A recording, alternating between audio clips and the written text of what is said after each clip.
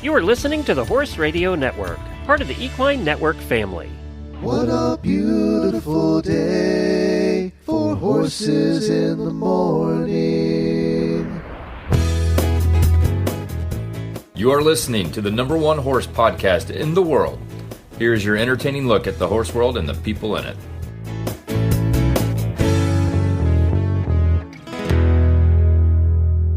I am Glenn the Geek from Ocala, Florida. And I am Allison Rehnborg from Nashville, Tennessee, and you are listening to the monthly Equine Affaire episode of Horses in the Morning on the Horse Radio Network for February 19th, episode 3888. This episode is brought to you by Equine Affaire. Good morning, Horse World. It's the third Thursday of the month. That means it's time for the Equine Affaire episode, North America's premier equine expo and equestrian gathering. Well, that's right. We are back with the Equine Affaire episode, the third Thursday of every month. I apologize for my voice ahead of time. I'm still battling this flu/cold/whatever the heck it is that everybody in the country has gotten. So, but I can talk, so I'm here. You're here, and for once you're sick and not me. Yeah. Seems like I'm always sick, so I'm like, I'm going to revel in my good health for the moment that I have it. It was my turn. I was just it was my turn. Well, what I'm excited about? It's only a couple months away, and this year though, it's not going to be me, but it's going to be somebody better than me going to represent Horse Radio Network. Yeah, it's going to be a girls' trip. Ashley Winch is going to be at Equine Affaire, and I'm very excited to get to do shows with her. But of course, we will miss you. She's going to be fantastic. Ashley's terrific, and she'll put, one of the things too is she'll probably book different guests than I usually book. So I think it'll be a nice change up this year. Yeah, and she'll be a fashion plate every day because she dresses to impress. She was a hell of a lot better than me, that's for sure. Well, I wasn't going to say that, but yeah, pretty much. She's much prettier than you. Yes, she definitely. That is not even a question. She certainly dresses better than I do. But I'll still be involved. I'll be editing the shows. We're going to put out 3 special episodes like we always do, right? Friday, Saturday, Sunday. Yes. So there's bonus episodes on that weekend of Horses in the Morning, like we do every year. Yeah, and it's become a tradition, and I really look forward to it. It's one of the things I love about Ohio is we get to do that versus Mass, where we can't lure you up there because it's too cold. But, yeah, right. Yeah. Well, I think it's going to be a lot of fun for you guys. Now, the other thing that's always fun and is a highlight for everybody, and this is one of the few things that you can partake in even if you don't go to Equine Affaire. Yes. So this is, as everyone knows by now, after so many years of doing the podcast, this is one of my babies is the raffle. And so right now, the official Equine Affaire raffle is open. You can enter. You don't have to come to the event, but of course, I would love to see you there. But yes, you can enter the raffle online. It's free. And I have so many great prizes lined up. I'm really excited about these prizes. So they do what again? So they go to our website, and we can put that link in the show notes. And I also, this morning, actually, just posted it in the auditor group. So if you're an auditor, you already know where to go. But if you're not an auditor, you should be. But if you're not, we'll put the link in the show notes, or you can just go to Equine Affairs page and find the Ohio raffle page. And there you'll see all the prizes that you could enter for a chance to win. We have prizes from Back on Track, U.S. Equestrian. We have a really cool equine website expert who's donating a package. So if you're an equine business person and you need help with your business, you could win something from her. You could win a voucher for a 2-night stay from this new company that I'm actually really excited about called ridejoy.com. They're sort of like the equestrian Airbnb. Yep. We had them on the show, I think. Oh, a while back. Good. Yeah, yep. Yes, they're cool. But yeah, they're putting up a voucher for a 1 to 2 night stay in an equine host facility. So basically, that's a really great prize. I am really excited for whoever wins that because, hello. And then, of course, the gorgeous leather framed mirrors from October Design Equestrian Decor. Those are amazing. Someday I'm going to buy myself one when I can save up to afford it. They are really, really great. So if you win that, I'm always jealous. And then, of course, tickets to the 2027 event, and then prizes from the Healing Cowgirl. So, seriously, guys. And these they are can some win great that. prizes. You don't have to go, right? You can do it you right now. You don't have to go. in your recliner, you can enter this. Yes. Okay. On your phone, you just fill out some questions about Equine Affair. Give your opinion. We're asking you your opinion. I mean, you horse people, you love opinions. You have them. They're never short on Share them. And I will read your opinions, and I hope they're positive. And I say that. I hope they're positive opinions, because remember, I have to read your answers. And then you'll be entered randomly. And we'll have, I don't know, I haven't calculated how many chances to win you have this time, but it's a lot. So you definitely want to enter, and you can enter until April 12th. Very good. And then there's a second thing that they can participate in, another contest. Yes. So the other contest is to win a special weekend getaway. So you could have your whole weekend at Equine Affair, your tickets to Fantasia, and a hotel room for 4 nights. That's all at stake in the My Equine Affair Moment contest. And our listeners will remember we ran this last year ahead of Massachusetts, and it was really fun. We interviewed the winner on the show, and that'll happen again. So you got to enter that one, and you have until February 28th to enter this one. So you've only got a few days left. But basically, you go to our website, and we'll put this link in the show notes too, and you tell us a story of how Equine Affair has impacted your life. So think about all the things you can do at Equine Affair. You can adopt a horse. You can buy a horse. You can meet a best friend. You can meet Glenn. Maybe meeting Glenn was the moment that changed your life. Yeah, I'm sure you're going to get a lot of those entries. It's very romantic. Yeah. Yes. I'm sure. So you come up with your story, whether it's meeting Glenn or meeting, some other horse hero. And then you tell the story, words, photos, videos, you pop it in there, you submit it, and then our staff will read all the entries and we'll pick the winner. So keep that in mind. And we'll put a link to that in the show notes too. Yes. And you got till the end of February. So hurry up, get it done. What's coming up on today's show? Well, first on the show, we have Amber Genest McCune. She performed for us last fall in Fantasia with her wonderful border collie, Typo. And I did ask if Typo could come on the show too, but she said he's pretty quiet when he's not, weaving poles. Best name for a dog ever, by the way. Typo. It's the best. Well, and she has another dog called Prove It, which I think is a great... Yeah, like all her dogs' names actually are incredible. They're all listed on her website. So guys, go check those out. Those are fun. But Typo. So we're not talking to Typo. We're talking to Amber. And if you went to Equine Affair in Massachusetts, you saw them perform for us in Fantasia. They went head to head with Brittany Mayer and her horse Copy That, which, how about that? Copy That and Typo were our 2 animal performers. And it was an anything you can do, I can do better versatility dog agility showdown. So it was really fun. It was. And I'll post some video on the Facebook pretty soon so that if you listen to the show today, you can also see what I'm talking about. And so Amber turns out is a horse girl who turned into a champion dog trainer. And when I say champion, I mean champion. She's won it all. So that's going to be a good one. And then our next interview is Amanda Pennino and Hermes Zamperla. And Ermes is an 8th generation circus performer. So he has done it all and he's seen his family do it all. And they are the power couple behind Imaginations LLC. And they've performed in Fantasia before. But this spring, they're bringing us an excited medieval-inspired sword fight and jousting act. So very Ren Fair. No, wait a minute. The one I'm not going to, you have this. Yes. And you did this just to spite me. I know you did. I know. I did. Well, I can show you video of that one too. So I can't believe you did this on the time I'm not there. No, and you missed the interview because Glenn had a scheduling snafu, so we couldn't. So I had to do the interview, and he missed it. And I was like, he is going to be so mad at me because they're really cool. And for those that don't know, I actually started my performing career at the Pennsylvania Renaissance Fair. In the very beginning days of the Pennsylvania Renaissance Fair. Yes, you did. Yep. So I met my wife there. I owned an acting company. We did medieval feasts for 10 years. This is dear to my heart. I know. And so you got to listen to the interview. See, I wasn't good enough to play a knight, so that's why I had to play the king. Because kings can be a little less good looking than knights. So that's why. Well, and you'll notice in their promo photo, they're covered in fake blood.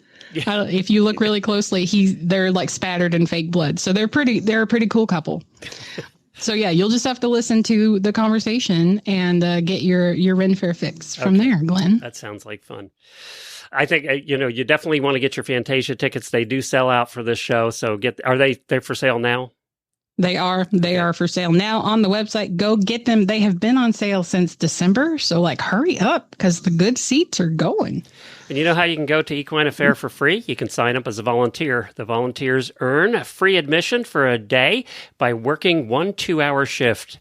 You work 8 hours or more, and you can earn a free 4-day pass.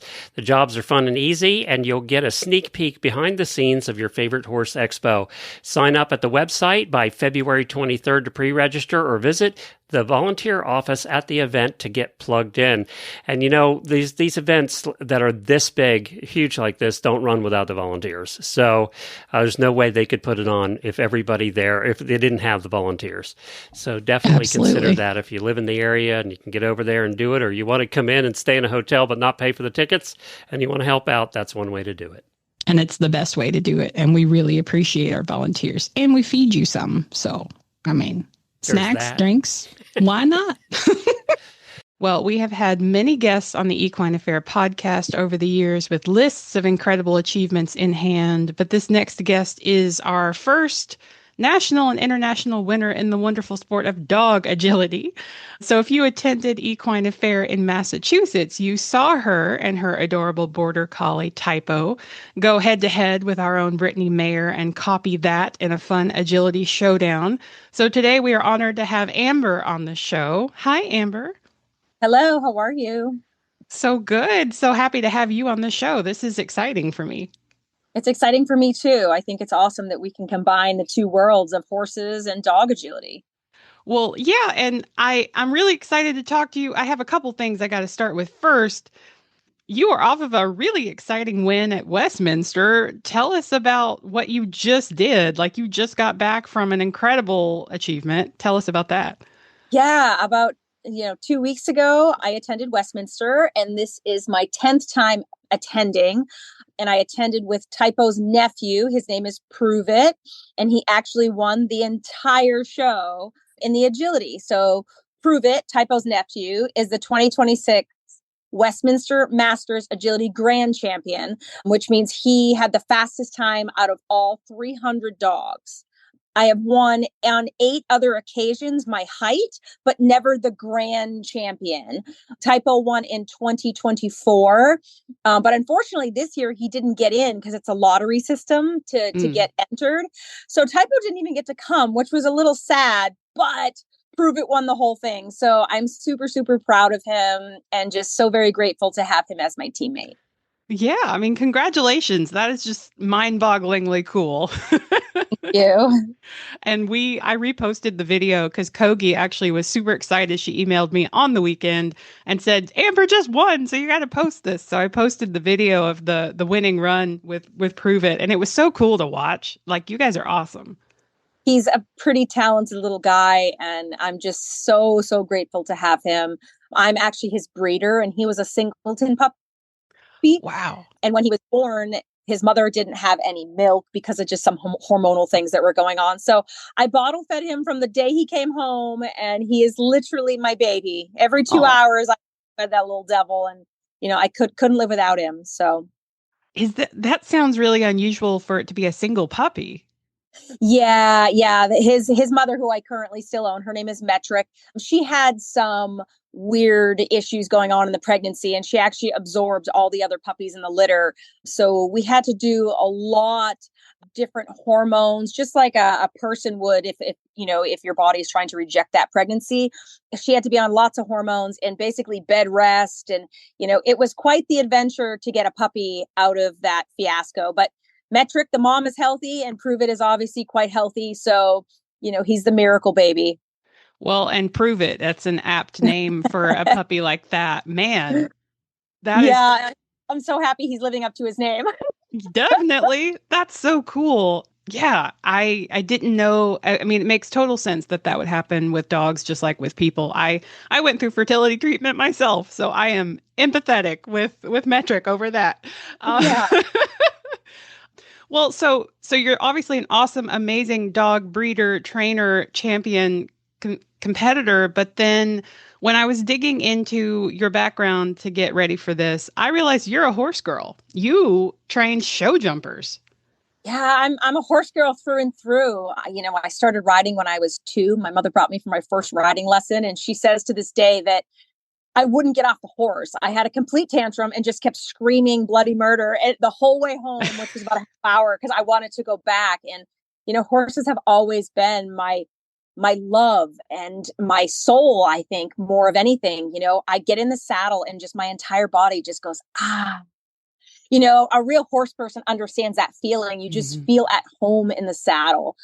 And I started as a kid. I did Western, I did barrel racing and pole bending with my little quarter horse. And, he actually lived till 36. I got him when I was 12. So he just died, probably about 8 or 9 years ago. Wow. But he went to Colorado State with me. I brought him to college. Like that wonderful little quarter horse. I did pole bending and barrels. And then I decided he was going to be a Western pleasure horse. And then I decided he was going to be a jumper. That little devil did everything with me. It was great. But in my 20s, I really got into the warm bloods. I had a Hanoverian, an Oldenburg, and a Dutch. And jumping has just always been my thing. There's no other feeling just coming off of a course of just doing an awesome clean round at 4 foot. And it's just that amazing feeling. But unfortunately, I'm an adult and I had to make a choice. And, the dog business, we really didn't realize it would take off like it did. And I think I was put on this earth to teach people how to enrich their dogs' lives. And unfortunately, my horses just were taking a back seat. So I did sell all of my horses except for the quarter horse. I mean, I had him for 30 something years and he eventually did die. He was my lawn ornament. But I did sell all of my jumpers because it was very unfair to them. They were just standing around. So, I started by leasing them, and then, kids really fell in love with them. So we just sold them. Oh, so they went to happy homes though. Oh yeah. Yeah. They were rock stars. Yeah. One of them is a half hour away from here. And I still go visit him and bring him his favorite snacks every now and then, just because he was such an amazing horse. I think he's probably like 14 now. And I bought him as a yearling. So he's living his best life. Let me tell you. It sounds like it. I mean, that's such a cool story because you also, I saw you were going to go to vet school and then you had a change of heart and now you do this dog thing. So like you're a very multi-talented human being, it sounds like. Well, like I said, the horses and, that was really what my heart was in. I really wanted and I had planned on. I went to Colorado State pre-vet. And then I ended up coming back to New Hampshire and finished my undergraduate degree at the University of New Hampshire, but still pre-vet. Like that was my plan. I was going to Tufts. I really wanted to be an equine vet. I worked at Grant Myrie's clinic, whenever I was available up in Rochester. I volunteered there because I really, really liked it. I worked for Gretchen Anderson's husband, Mark Anderson, as a tech, much as I could, because really horse and veterinary medicine was really my love. And I really kind of have a thing for cows too. So I just wanted to be, driving around, getting dirty with cows and horses. But my mother started this wonderful business called American Canine Country. And she had this dream that she could help people enrich their lives with their dogs. Dogs are more than just something that's just going to lay around the house and wait for you to come home all day. They actually can be an integral part of your life and make your life better and in turn make their lives better. So I helped her start her business because she's a brilliant dog trainer, but not super organized versus I'm the really organized type A personality. So I figured I'd help her with the organization of it and then go to vet school a year late. And that was 23 years ago this March. So we have made quite the amazing business here. And we do help so many clients, realize that you can have a really awesome language with your dog. And people get addicted to the sport of either dog agility or dock diving or competitive obedience or rally, or there's just so many things you can do with your dog. And coming from the horse world, horses will do it for you. They'll jump around a course. They'll, go around the barrels for you, but it's not like they crave it sitting out in the pasture all day, versus the dogs. are sitting here just trembling, excited for their turn.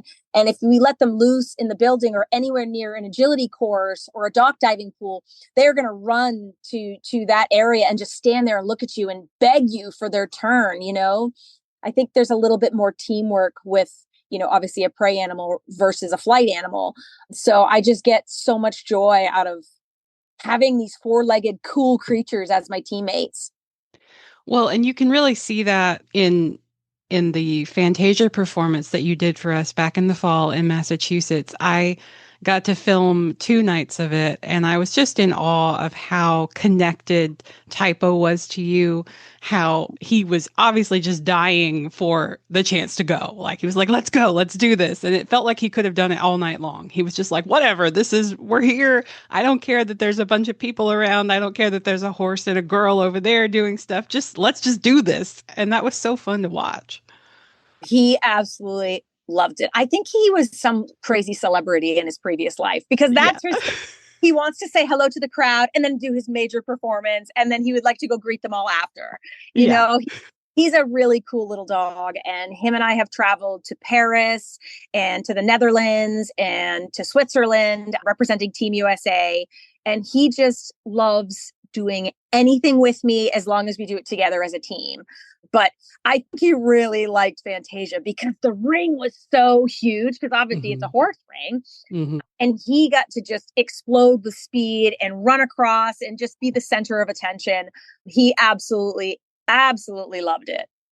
Well, and there was a lot of glitter involved, right? I think I saw a behind the scenes photo or video of him like shaking off just loads of purple glitter. Yes. I was trying to come up with, how to make him Fantasia purple sparkly. I had this whole little doggy vest that I had put on him, and we found, and it's rhinestone purple. It's so cool. Like, it's going to look amazing under the lights, because I had been to Fantasia, when I was younger, and I just remember this dressage horse with this sparkly boots on, right, with the spotlight. So I'm like, I'm going to do that with him. He's going to wear this little vest that's all purple sparkles. And he had it on for the practice, but I didn't realize he couldn't weave with it on. Buckle kept hitting the poles, and he actually broke the weave poles. With the buckle, because he just, weaves with so much speed and force. So I drove around the next day trying to come up with where I could find glitter. And I did find a whole bottle of purple craft glitter at a craft store. So I put hairspray on him, which I figured was like sticky, and covered him in glitter, and he looked pretty fancy.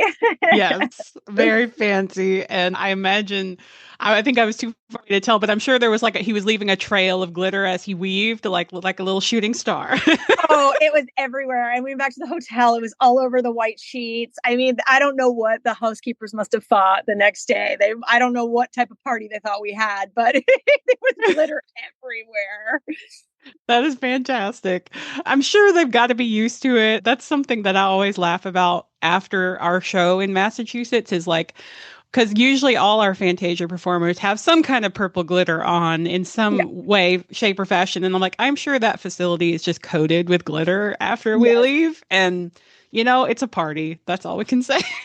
It is. It's an awesome purple horse party, and like I said, I had attended Fantasia years and years ago, and it was the coolest experience. So when Kogi asked me to attend, I thought it was so cool that I got to be there now with, my favorite teammate, which just happened to be Typo and a dog. And it was really a cool idea that Brittany and I figured out how to make it an exciting idea for the crowd.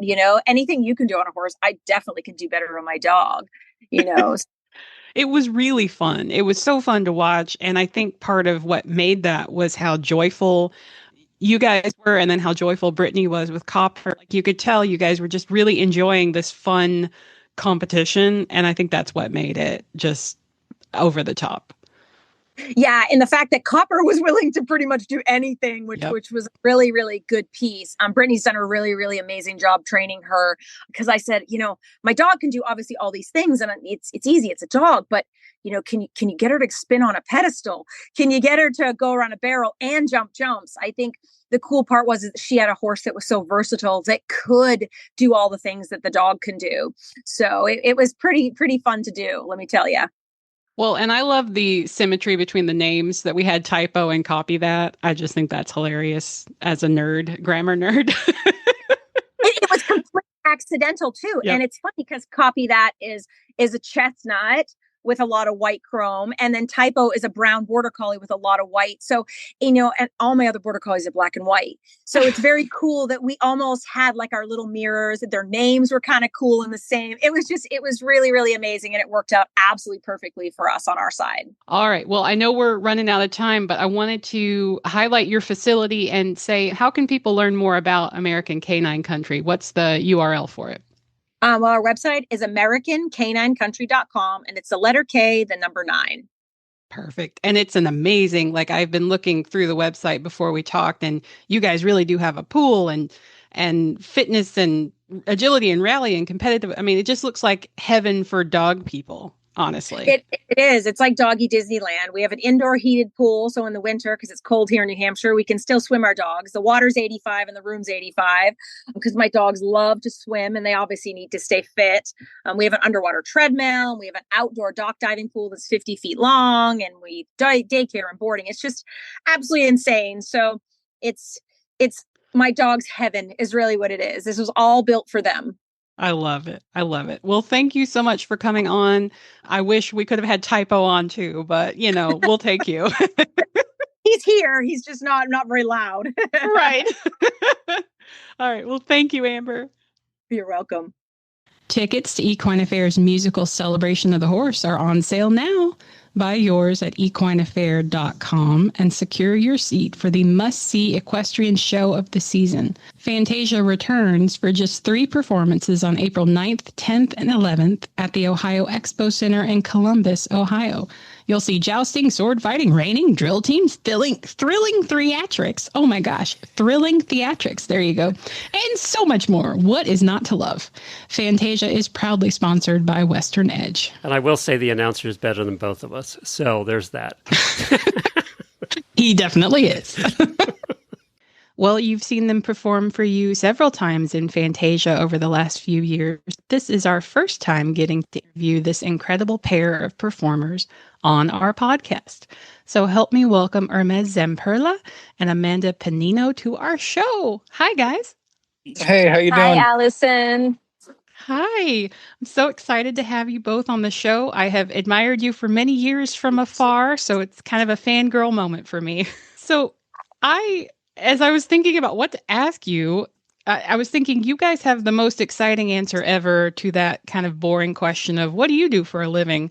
So I thought we could kind of start off with, how do you both describe what you do for a living, and how did you get into horseback performances and all the different things that you both do?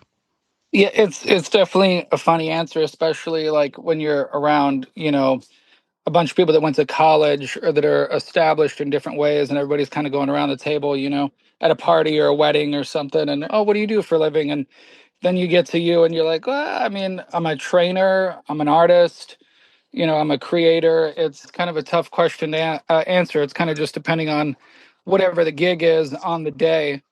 But I grew up 7 generations, circus family, always performing with horses. And did some other like side acts and some other, acrobatic stuff. So I have that background as well, but definitely dominantly with horses.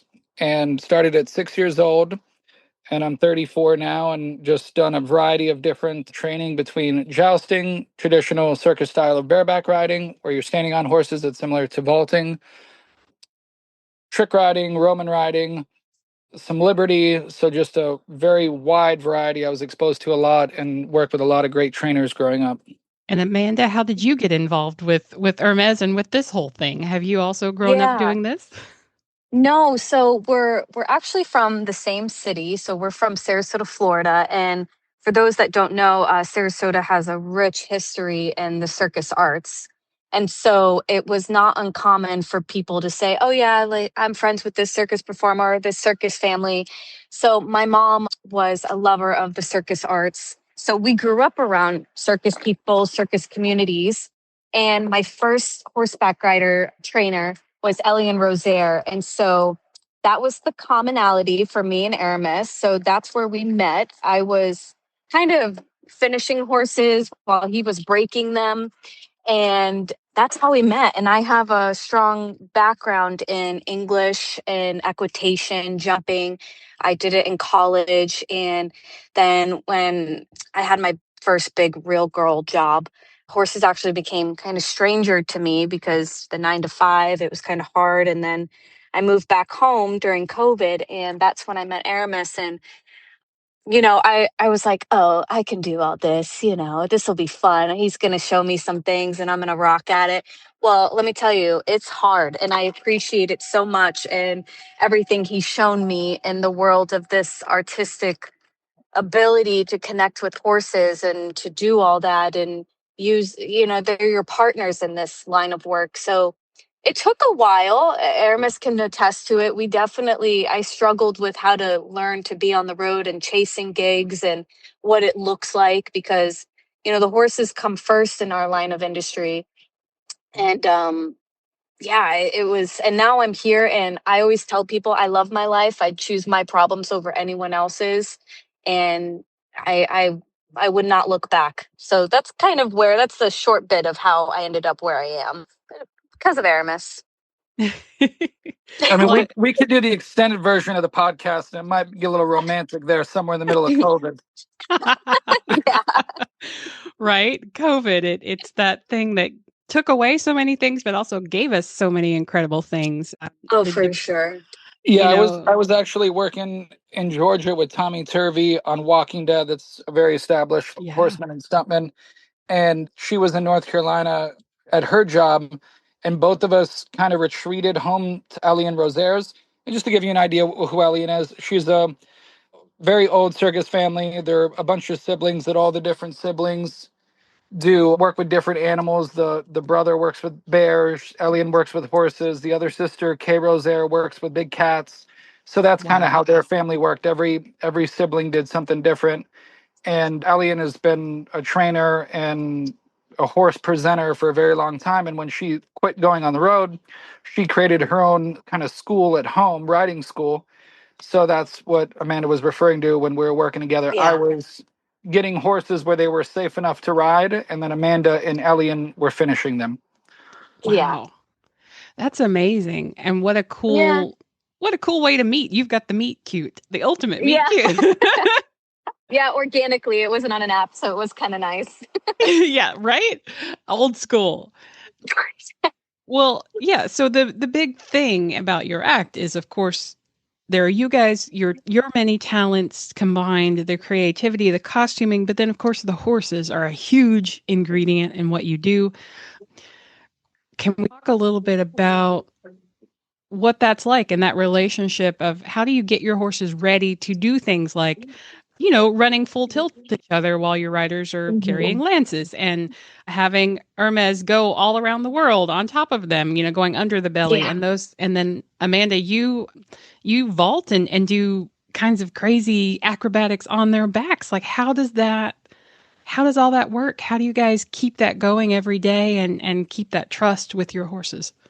I mean, I would say everything starts with groundwork, and it's I argue with some of my horse friends. We have debates about it, about how important that stuff is. To me, it's the most important thing. Free lunging, which is without a round pin. When a horse has a round pin, it learns to kind of run wild, or it has the wall as a guideline. When you're free lunging, when you have a lunge rope and you're lunging a horse like in a regular paddock or in an arena, they learn to balance themselves more and they learn their leads, I feel like, more consistently. And then that walk, trot, and canter all on a voice command. Voice commands are the most important thing out of all the training that I do, because a lot of the stuff that I do when I'm crawling under the belly, if I get caught up, I need to be able to tell that horse to whoa. Or when I'm jousting, I'm in a helmet, my vision is a little bit, not so great because the eye slits in the helmet and I have stuff in both hands. So that I almost forget about legs and some hand cues. It really goes down to voice commands at those moments. And so that's usually where I start all my horses. And I try to keep, I kind of separate what I allow them to do with the weight of their bodies. If they're big horses, then they could do the vaulting stuff and the stuff that we're standing on them. And if they're the smaller horses or medium horses, they could do jousting and trick riding. So I kind of put them in different categories like that. And then with what they actually do, they kind of tell me, not to sound like cliche, but when you're doing all that wild stuff, I don't want to force a horse to do anything. I don't want him to, at a moment where I'm in danger or that I'm in need or a partner of mine's in need, that horse is going to reject, flip over backwards, refuse.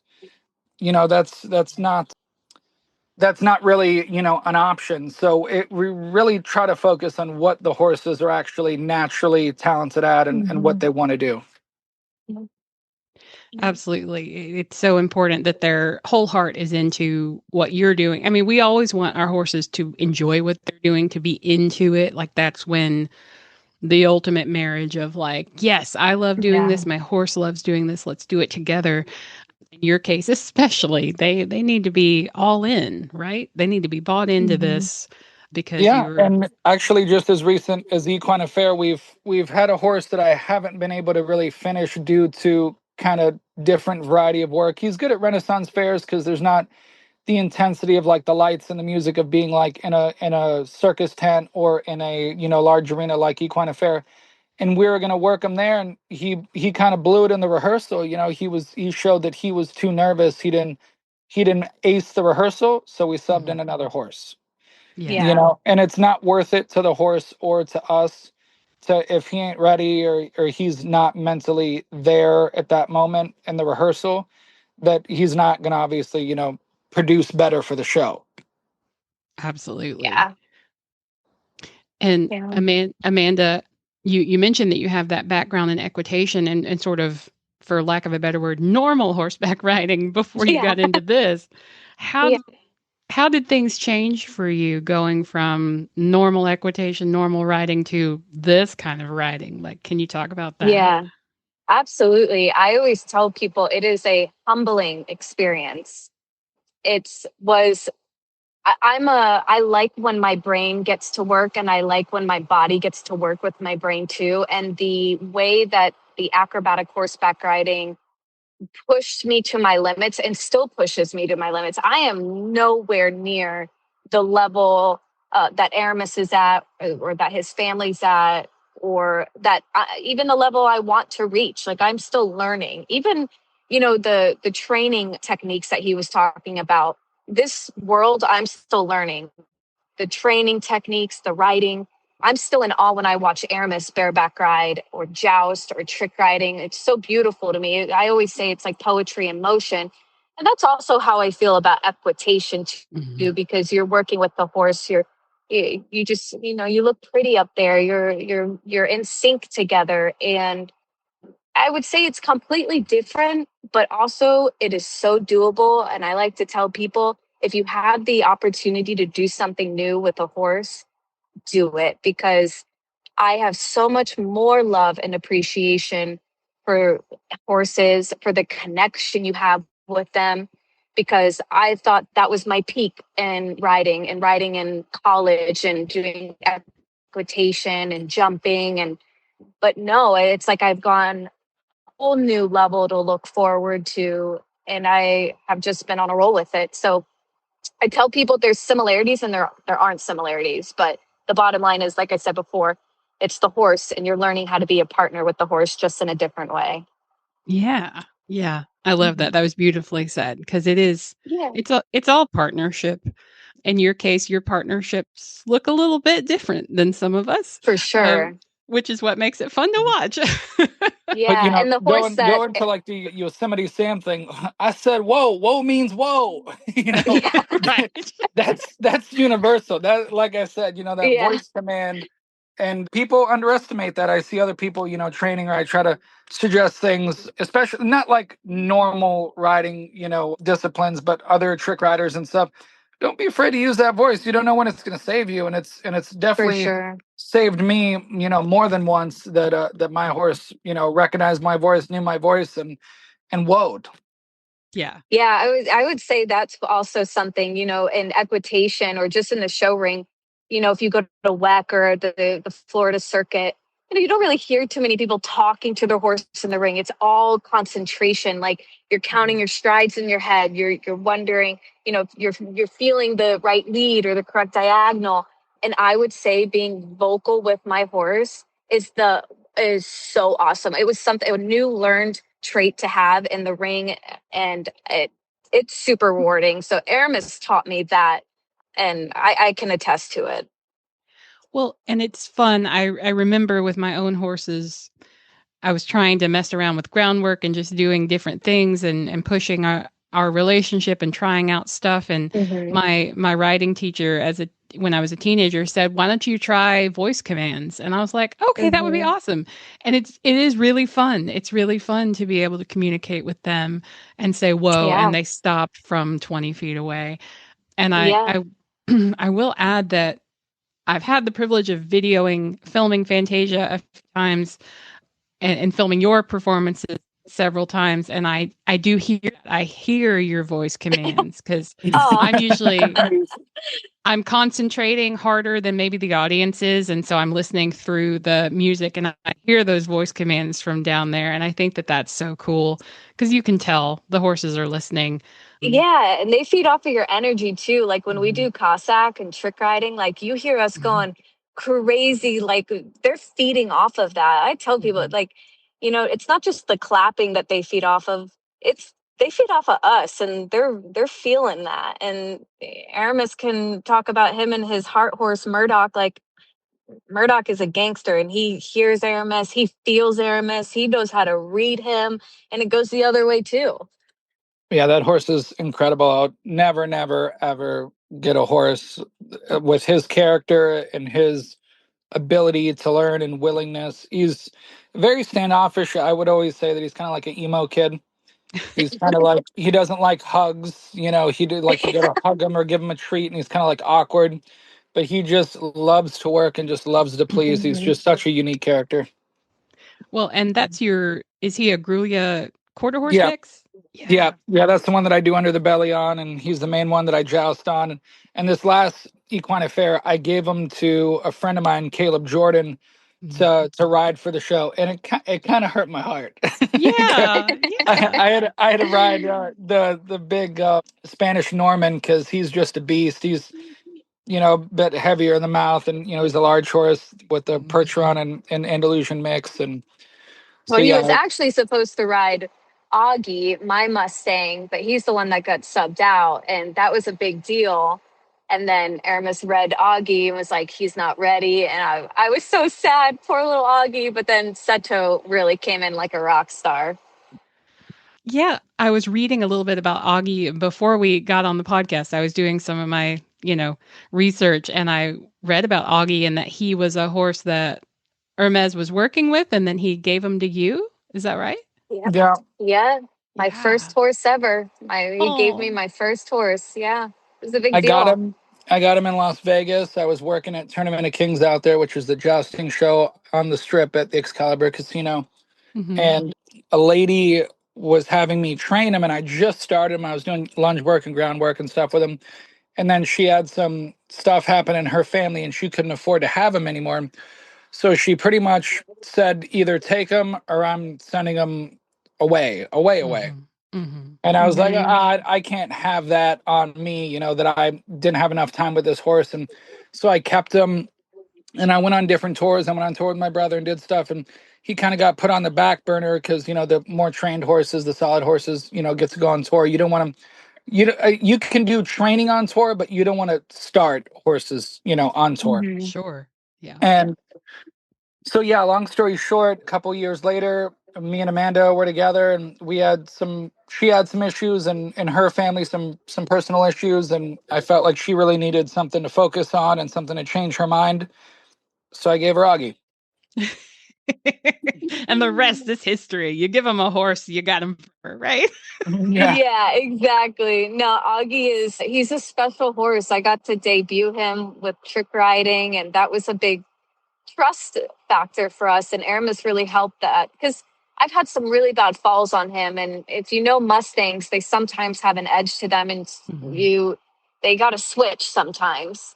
And so you kind of got to be ready. And, I had my struggles with him. My confidence was low at certain points, but we worked through it. And that horse has really tested me as an equestrian, as an artist. And I'm just glad that we got through those difficult times together. Well, and that makes it all the more special when you go through challenges with a horse. You can come out on the other side. For sure. So you guys have a whole team, and I'm getting to talk to the two of you, but of course you have a whole team, especially with our jousting sword fighting act that you're going to be doing for us. Do you guys want to kind of quickly tell us about who do you guys work with?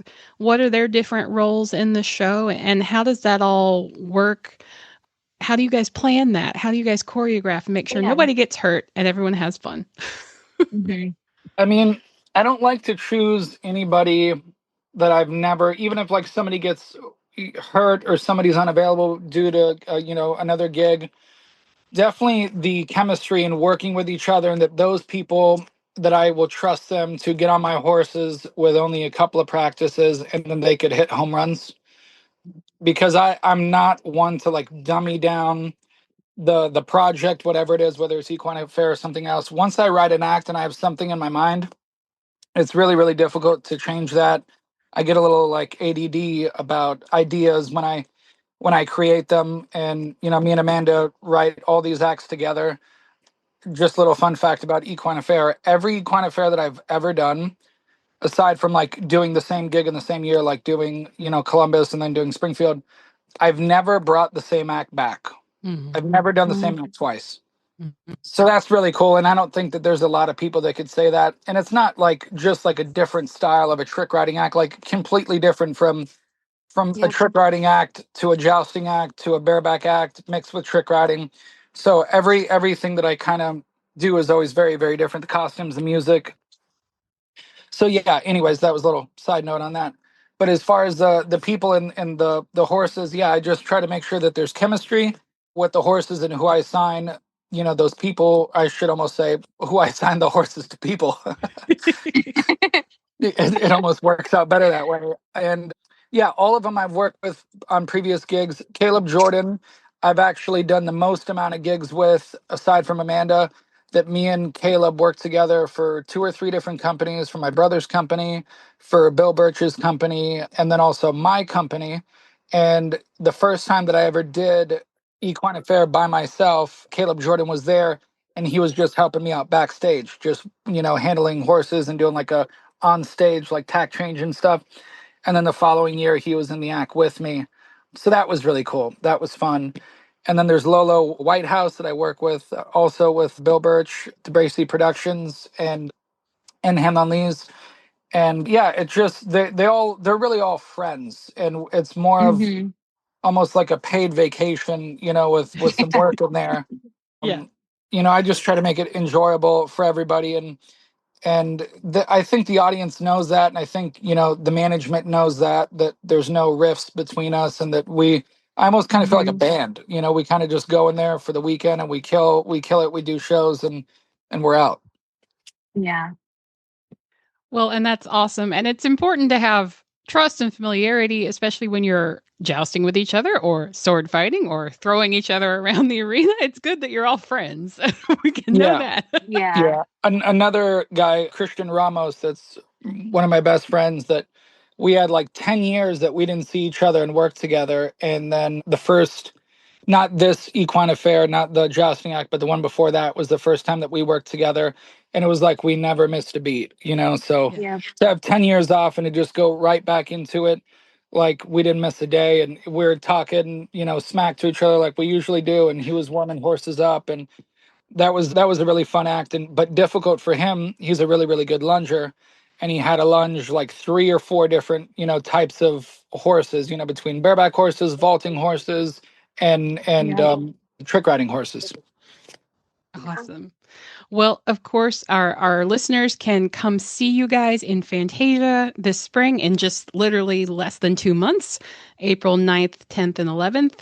But how can they follow you guys online and see your exploits and see where you might be going next? Do you have a website or a social media page you want to drop? Yeah, we have an Instagram page. It's under our business name. It's E as in Ermes Imaginations LLC. They can follow us there. We're in the process of building a website, but our Instagram is the best way to get in touch with us. And then, you're more than welcome to follow our personal accounts too.